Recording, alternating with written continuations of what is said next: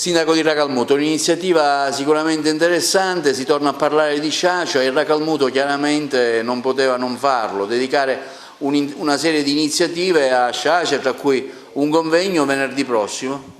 Sì, oggi devo dare atto al commissario di Pisa che ci ha dato la disponibilità dell'Aula Giglia, perché su questa Aula Giglia, che è quella della provincia, noi faremo la conferenza stampa per illustrare il programma delle manifestazioni corpose in ricordo del trentennale della morte di Leonardo Sciascia. È un manifesto, è un programma che è stato elaborato dal comitato scientifico grazie al suo presidente, il dottor Di Grado, che darà qualità alle manifestazioni stesse, perché noi vogliamo estendere il pensiero di Sciascia, il pensiero sulla giustizia di Sciascia, sulla possibilità che questo nostro grande scrittore, ormai noto in tutto il mondo, possa rivivere a 30 anni dalla sua morte un momento di gloria. E questo momento di gloria me lo sto godendo anche io, perché in qualità di presidente della Fondazione Leonardo Sciascia, nonché di sindaco del Comune di Racalmuto, ho l'opportunità proprio di celebrare Leonardo Sciascia. Si tratta di una serie di iniziative che oggi appunto annunzieremo,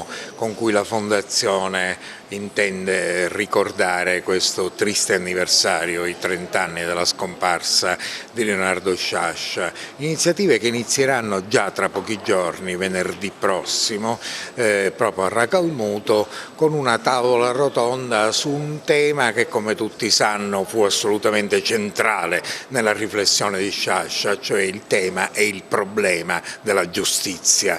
Ci saranno magistrati, giornalisti,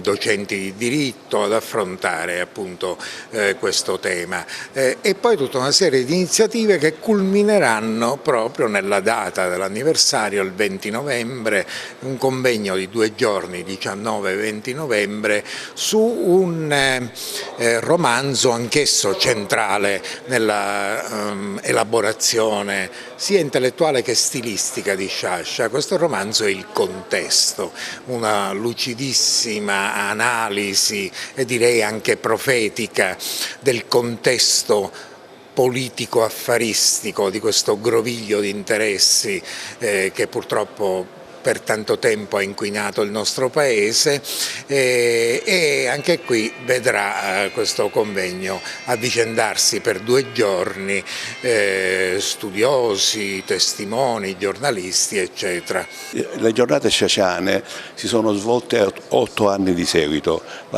Questa attività comprende lo studio in maniera monografica di un'opera di Sciascia. Quindi abbiamo cominciato con l'Afferboro e l'ultimo testo che è stato studiato dagli studenti è l'unico testo poetico di Sciascia, La Sicilia, il suo cuore. Ora, quest'anno, che è il trentennale della morte di Sciascia, le scuole che sono state invitate proporranno tutti i testi, 8 testi che sono stati letti e studiati negli anni precedenti, li proporranno in 3 giornate di studio ai primi di dicembre.